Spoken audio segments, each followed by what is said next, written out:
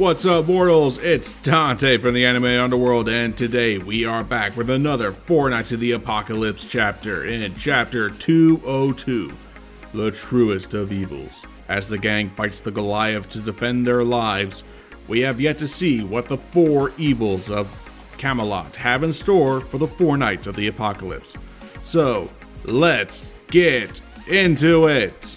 We begin this chapter with Diodora lying on the ground, being awakened by his dear friends, upon realizing that, oh yeah, he fell from a tower and he's currently in the middle of a battlefield.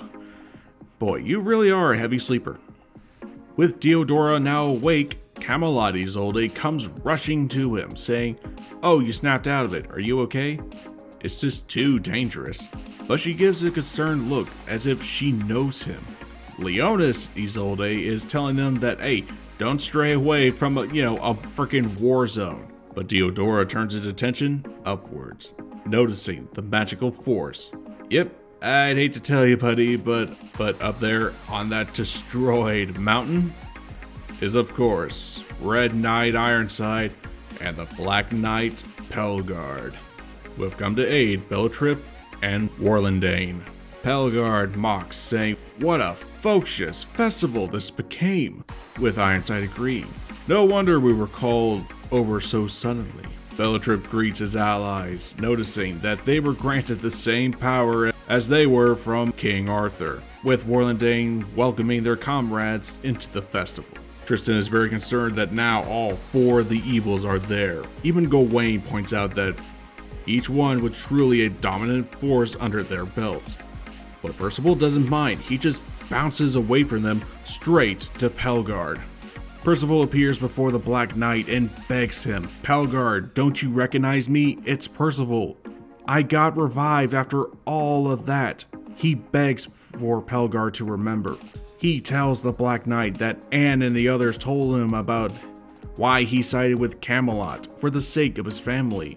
He pleads with him, telling Pelgard that he's not a bad man after all, and he was glad to hear it. Worrlendane is about to strike him down as he keeps begging his old friend that we can protect your family, so join us and help us defeat King Arthur together. Sadly, his pleas fell on very deaf ears, with Pelgard swinging his mace and hitting Percival down to the ground, which makes Gawain very furious, yelling at him saying, "We're in enemy territory. What fool walks up and unguarded like that?" I mean, technically you did, but at least you had the foresight of magical camouflage rings. The Black Knight lands right in front of Percival while he's down, and begins to explain, "You're talking nonsense. I have not a single family member to my name. And for that matter, I know for a fact that this is the first time we've met. But I know you well, Percival, the Knight of Prophecy, with wing-like green hair."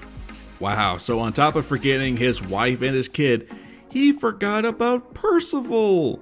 Oh, and all the times he wanted to kidnap him and make him his apprentice.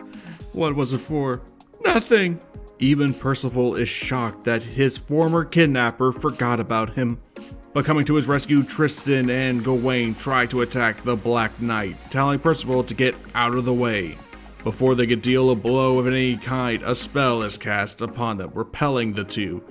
Belfast Maggots. This attack is of course from Ironside, sending the two flying backwards. Ironside mocks the two, saying, "Butting into someone else's chat? You need to learn some manners." "Them's fighting word, Ironside."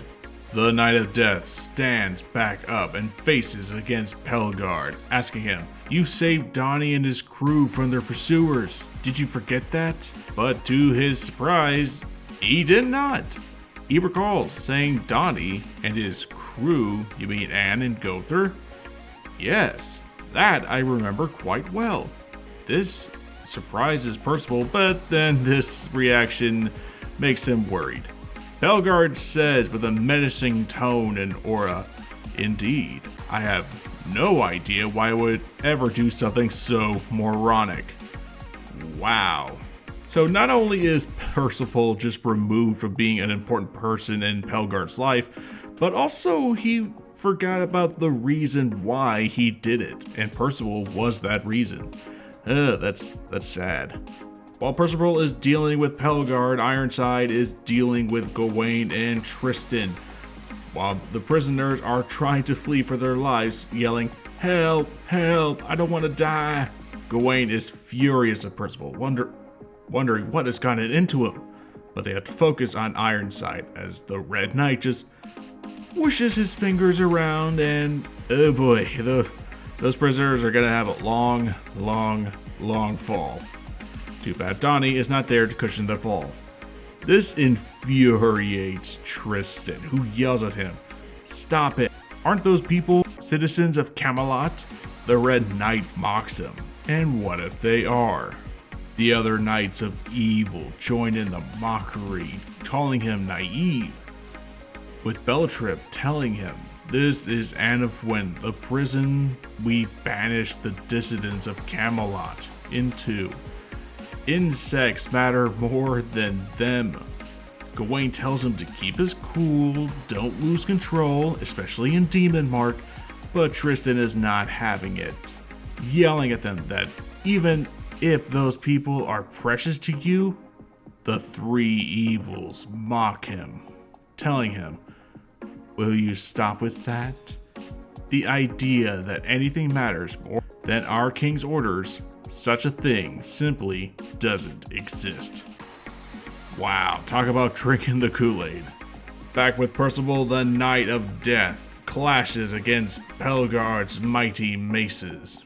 The Black Knight is enjoying himself, saying this ought to be a load of fun.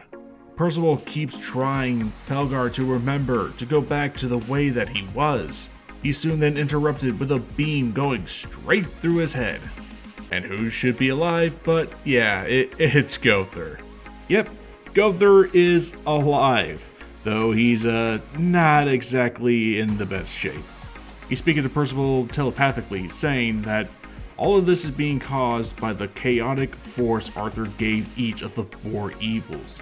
The chaos he planted in them forcibly locks away any memories that are incompatible with Arthur's orders. The memories of those truly precious to them, the kind of people they would never replace in life. So you know what this means, Percival? It means that all this time, you were very important to this guy, you know, if you couldn't tell by all the times he tried to kidnap you. See, Percival, you do matter. Sadly though, 𝐵𝐿 has no idea of how to make him remember. Even his memory magic can't do anything against what chaos has done. But he has a theory. Maybe try prodding at the contradictions present in their memories. That might trigger a breakthrough.